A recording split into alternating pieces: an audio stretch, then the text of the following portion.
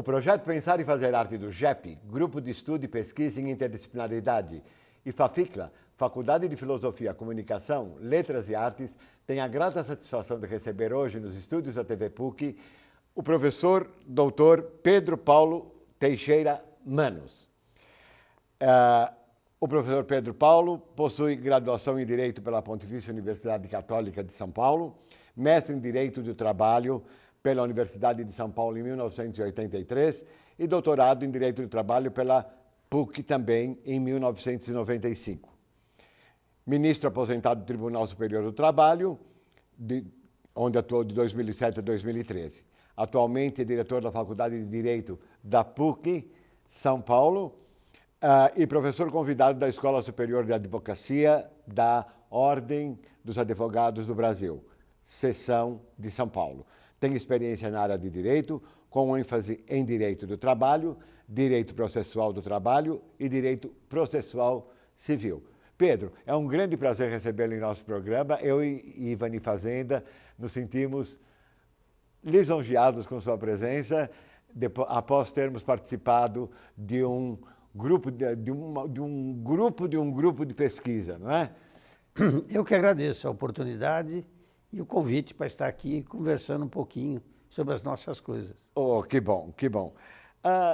Para começar, eu gostaria de perguntar para você, Pedro, qual é a estrutura do curso de Direito da Pontifícia Universidade Católica de São Paulo? Então, Cláudio, o projeto pedagógico da Faculdade de Direito está concebido em 3 núcleos.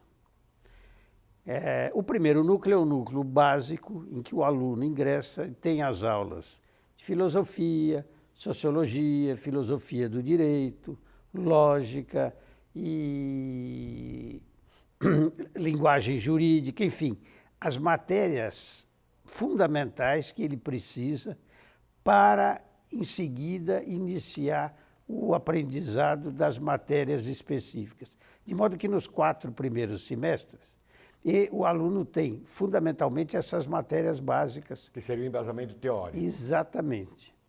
Em seguida, começa o núcleo profissionalizante. E aí o estudante de Direito vai ter as matérias Direito Constitucional, Direito do Trabalho, Direito Civil, Administrativo, que são as matérias básicas que compõem o nosso currículo. A partir do 5º, 6º semestre, entra em cena também o núcleo prático. Além das matérias teóricas que o aluno é obrigado a cursar, ele tem matérias obrigatórias e outras optativas que têm um caráter prático para preparar esse estudante para a vida profissional. Então, ele tem, por exemplo, direito coletivo, tanto do trabalho como direito coletivo civil, que são matérias optativas com um caráter prático. Então, o rapaz, a menina em direito do trabalho vai ter lá uma simulação de negociação coletiva, no direito penal, um tribunal do júri, enfim. São 3 núcleos que, interligados, fornecem ao estudante informação e formação para aquele profissional de direito que a gente pretende que ele se torne no final do curso. Quer dizer, o que você pretende nesses semestres é unir a teoria e a prática. Perfeitamente. Exatamente. Que é necessário em todos os cursos Claro. hoje em dia, onde a interdisciplinaridade deve ser muito atuante. Quais os objetivos da faculdade na formação dos seus alunos? Então, pensando em função dos núcleos que nós vimos, a intenção é formar um profissional que tenha conhecimento específico do direito, seja um profissional vinculado à realidade em que ele vive e que tenha capacidade crítica sobre os problemas que ele vai enfrentar, seja qual for a área de atuação específica. Ele pode vir a ser um advogado, um juiz, um membro do Ministério Público, um promotor público, um professor, um pesquisador, um consultor, qualquer que seja a área de atuação específica. O que nós queremos é que o nosso aluno tenha uma perspectiva crítica em relação à realidade que ele vai enfrentar e a forma de equação dos problemas que o legislador lhe coloca à disposição. Daí a importância da interdisciplinariedade, e da formação teórico-prática que o nosso curso Quer dizer, propõe. não é só focada, por exemplo, a ser advogado, a ser delegado, a ser juiz, a ser promotor, mas é um amplo espectro, não é? Que pode... Então, Cláudio, nós queremos que o nosso aluno seja um bom delegado, não um delegado, um bom advogado, Sim. um bom promotor, Sim. um bom consultor. E isto só é possível se ele tiver uma visão de mundo contemporâneo e tenha essa visão crítica dos problemas que vai enfrentar. Muito bem. Muito bem. A minha outra pergunta é a seguinte. Qual é o papel dessas optativas? Além do eixo comum do curso, existem matérias optativas, como você disse. Perfeito. Né? Qual é o papel dessas disciplinas optativas para a formação discente, para a formação do aluno? Então, o papel das optativas é de extrema importância, na minha maneira de ver, porque são as matérias que permitirão que esta aluna ou esse aluno se ligue com o mundo em que ele vive. Porque uma coisa é você estudar direito civil, direito de trabalho, direito constitucional, você tem uma visão técnica, basicamente.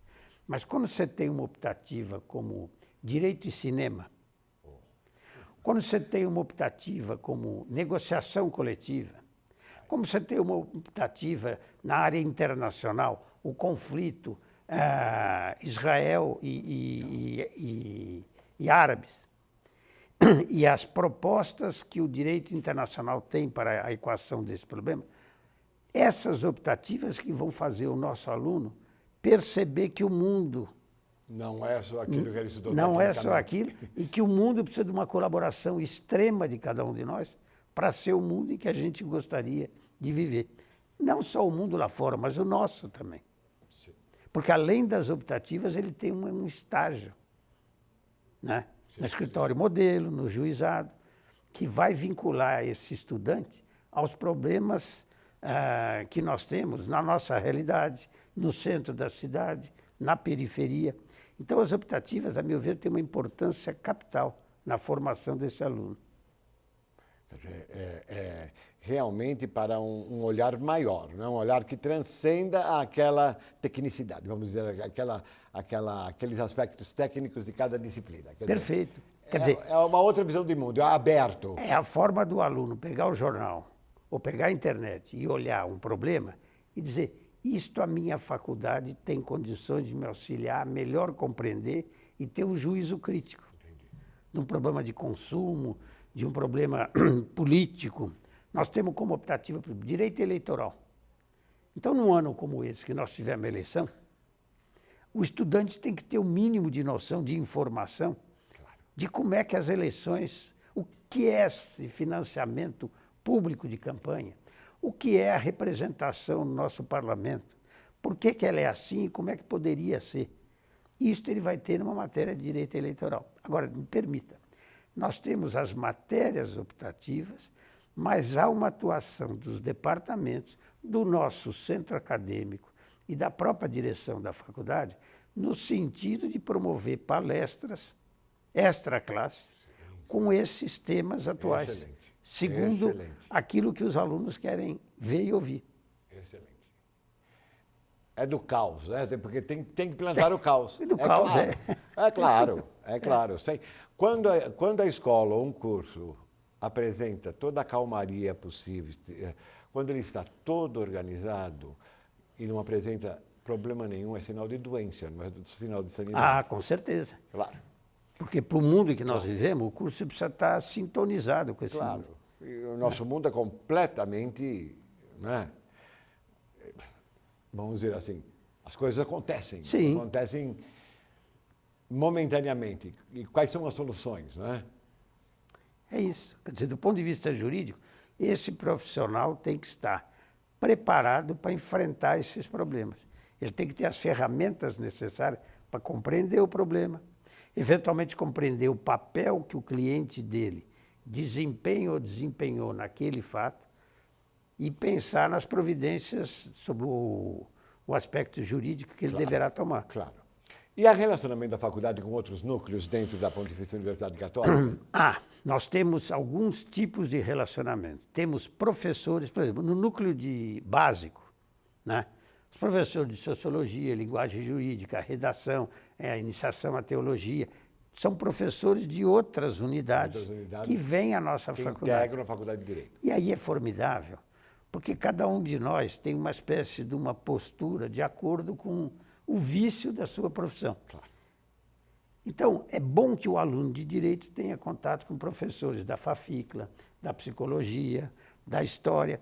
Isto vai enriquecendo e vai mostrando para esse menino, para essa menina, que o universo é maior do que o nosso mundinho do direito.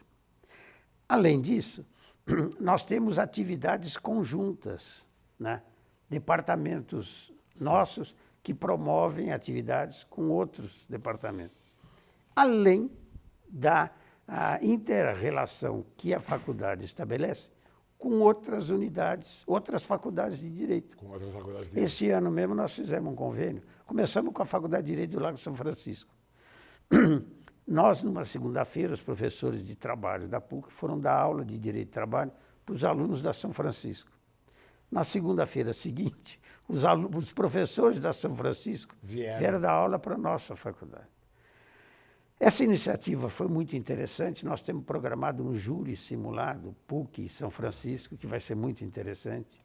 E isso ensejou a Associação dos Advogados de São Paulo convidar Getúlio Vargas, o Mackenzie, a Faculdade de Direito de São Bernardo, além da PUC e da USP, para pensarmos juntos atividades conjuntas de faculdades de Direito.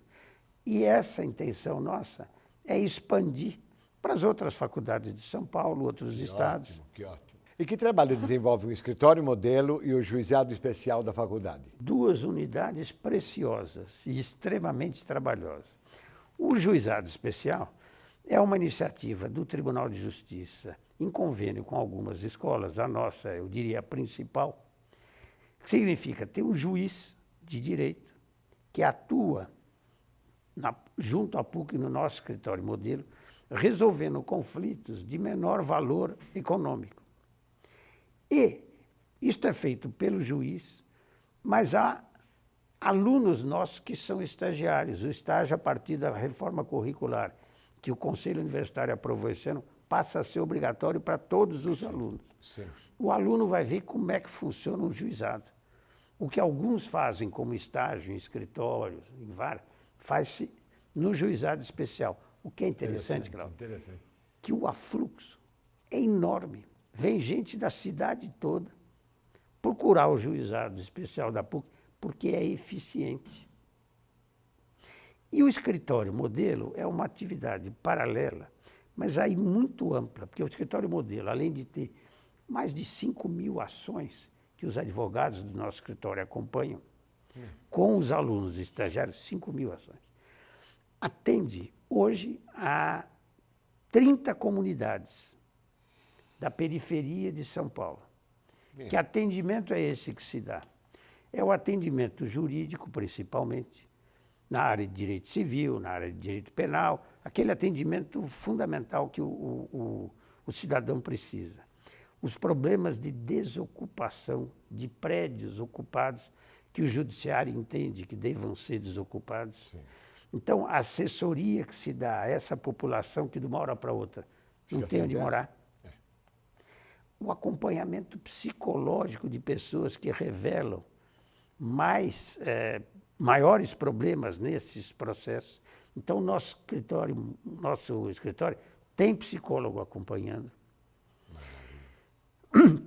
Nós temos 4 professores que coordenam, Ana Amélia, Gabriela, Celeste e o professor Nelson Sauli, que coordenam esse trabalho, além de advogados que prestam serviço e os alunos que fazem estágio. Então, fazer uma entrevista com um desses 4 para expor a grandiosidade desse trabalho, a importância social, para você ter uma ideia, existe um órgão do governo do Estado que é a Defensoria Pública, que é fundamental para a população mais carente ter advogado de graça. E são profissionais da melhor qualidade. Como eles não dão conta do volume de serviço, eles subsidiam parte do custo do escritório modelo junto com a fundação e mandam casos concretos para nós, Mesmo. para o nosso escritório modelo auxiliar na melhor equação desses problemas.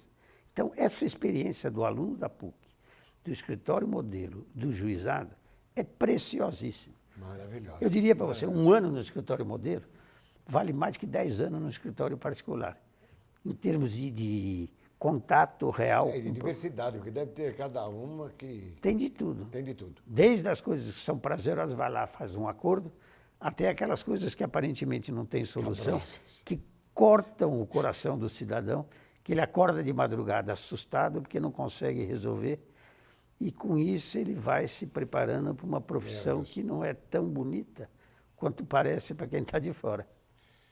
E há relacionamento da faculdade com outros grupos de pesquisa dentro e fora da PUC? A Faculdade de Direito está passando, digamos que por obra do MEC, que está dando um aperto em todas as universidades no país. Eu sei bem disso. Pois é, nós estamos com vários problemas. Uma retomada de consciência da necessidade da criação de grupos de pesquisa, Sim, claro. da interdisciplinariedade dos grupos de pesquisa, da participação de profissionais nossos em grupos de pesquisa externos e vice-versa.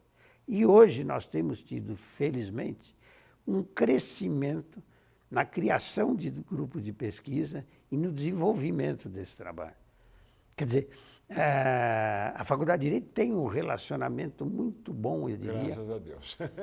com as outras faculdades de Direito, porque normalmente os temas estão mais afins, mas também com outros setores, além dos intercâmbios, que é outra coisa interessante. Muito bom, muito bom. Eu me lembro da nossa tentativa de pôr o Pensar e Fazer Arte, GEP, Interesp, NEF e a Faculdade de Direito para conversarmos sobre interdisciplinaridade. E foi maravilhosa aquela manhã e que já deu um outro também, que eu infelizmente não tive tempo de ir, mas um outro evento que vocês fizeram sobre, de interdisciplinaridade. Ah, sim, de Direito e Arte. De Direito e Arte. Formidável. Quer dizer, veja como uma coisa... Porque se ninguém mexe no pote, não pode haver, não é? Sim, precisa mexer. Precisa mexer no pote. É. É claro, só pode haver com muito trabalho. Interdisciplinaridade significa trabalho, sair do comodino, tem que trabalhar. Sim, acordar cedo, dormir um pouco mais tarde. É claro, e queimar fazer a bastante. coisa. Não. Mas o efeito é extremamente O efeito é gratificante. maravilhoso. Muito. É maravilhoso. Esse evento que você está dizendo, que foi da iniciativa do Departamento 1, que é o Departamento de Teoria Geral, Filosofia do Direito, eu participei na abertura numa manhã, o auditório estava lotado, tinha 200 estudantes. Que maravilha. Todo mundo interessadíssimo. Maravilha. E nós falamos naquela manhã sobre cinema. Então eu me lembro que eu me comprometi a falar sobre um filme da minha área, que é o Eles Não Usam Black Tie, que era sobre uma greve e o problema Excelente, pessoal excelente. e social. Muito interessante, né?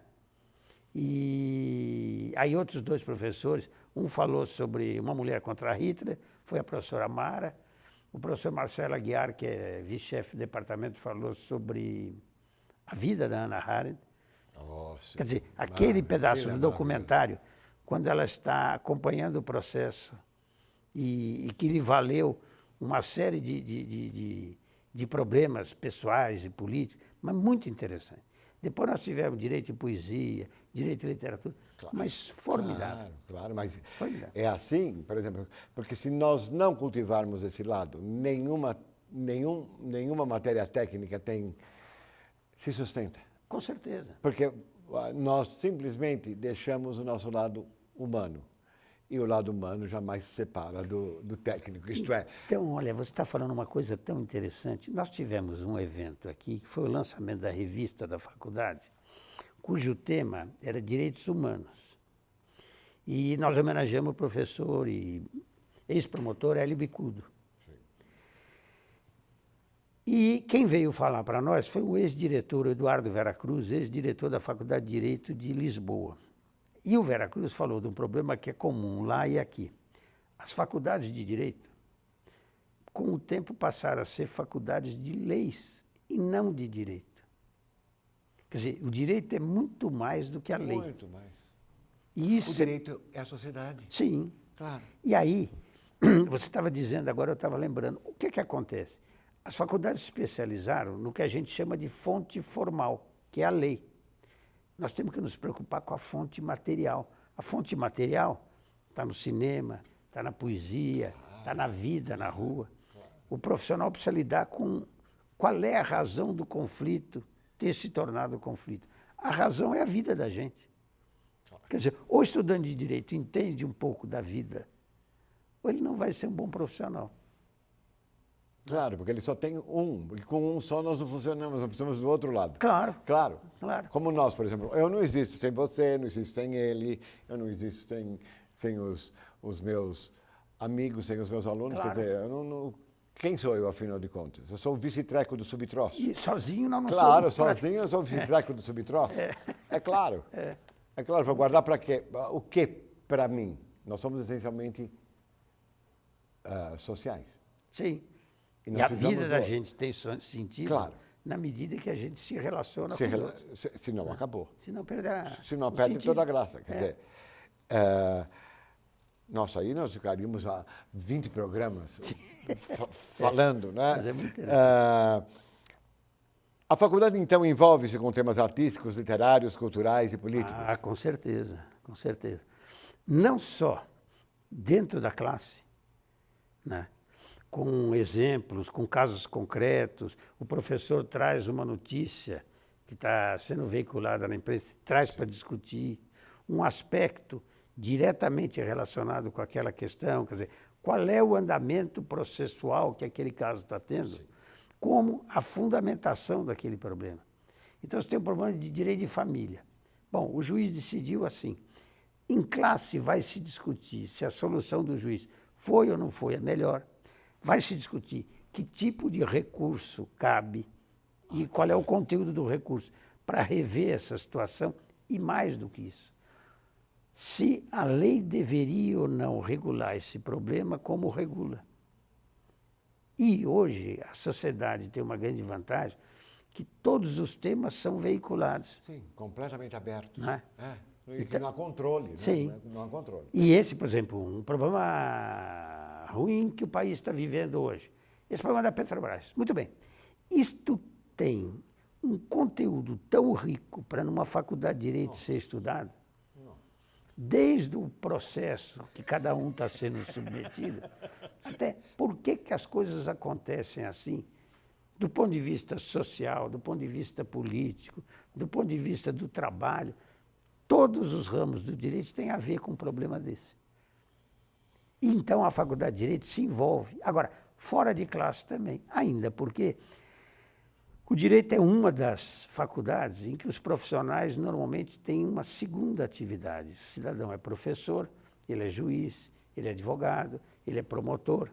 Então, no dia a dia, é político. Nós temos da nossa faculdade, que eu me lembro de momento, o ministro da Justiça é professor nosso de administrativo, o vice-presidente da República é nosso professor de constitucional, e vai por aí afora. Então, esse envolvimento também se dá, né?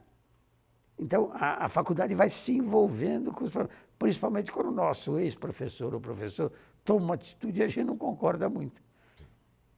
E é interessante o aluno ir se posicionando. E, para tanto, é importante que ele tenha elementos seguros para poder pesar dizendo eu sou a favor dessa postura ou daquela. Então, a faculdade fica contemporânea mesmo, é uma faculdade voltada para o mundo que está acontecendo na rua. Graças a Deus. Sim. Graças a Deus.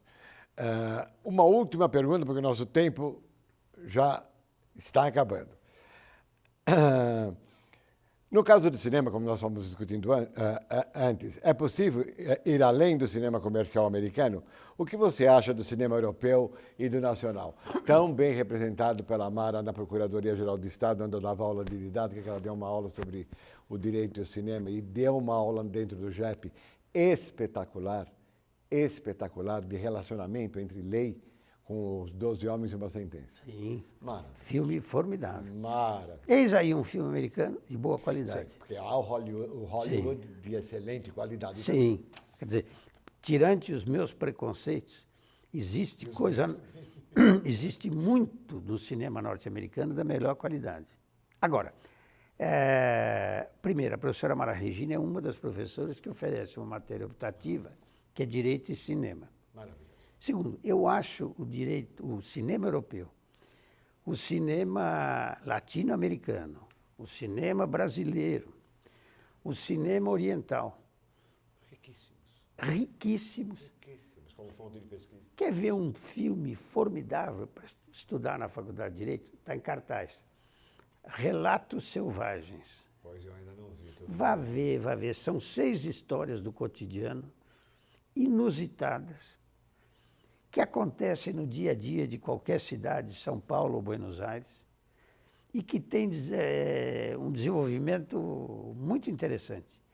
E isto que se dá no filme é um material riquíssimo para estudar no direito, como na psicologia, como na história, na sociologia e etc. E quem disse que o direito fica sem a psicologia? Não fica. Essa é a fonte material do direito. Quer ver um outro? O Filho do Outro. Lembra desse filme? Sim. As 2 mulheres que tiveram um filho, Sim. em Haifa, uma judia e outra árabe. E as crianças foram trocadas e descobriram com 17 anos. Interessantíssimo o aspecto jurídico dessa questão. Nossa. Muito. Mas aí só para ir, mas por causa disso, É. o professor tem que ter uma outra postura, a postura de pesquisar. Ah, sim. Primeiro, o professor precisa ir ao cinema. Segundo, precisa chegar em casa. Há muitos anos eu fui no cinema assistir um filme, eu e minha mulher, um filme que a temática era questão coletiva de trabalho, conflitos, etc. Quando eu vou saindo do cinema, vai subindo o professor Amaury Mascara Nascimento, recém-falecido, infelizmente, foi meu orientador no mestrado, no doutorado, professor da USP, aqui da PUC. E quando eu vou descendo, ele e a mulher vão subindo. Aí eu falei, ô professor, tudo bem? Ele falou, vim fazer a lição de casa também. E é isso, é preciso que a gente leia, claro, que a gente vá ao cinema. Claro. Senão não dá para a gente acompanhar os meninos. Parabéns pela conduta da sua faculdade. Gostaria de agradecer muitíssimo a sua presença em nossos estúdios e espero que o nosso contato entre grupos de pesquisa continue dando bons frutos, não é? E gostaria também de agradecer ao telespectador pela sua audiência. Muito obrigado. Obrigado.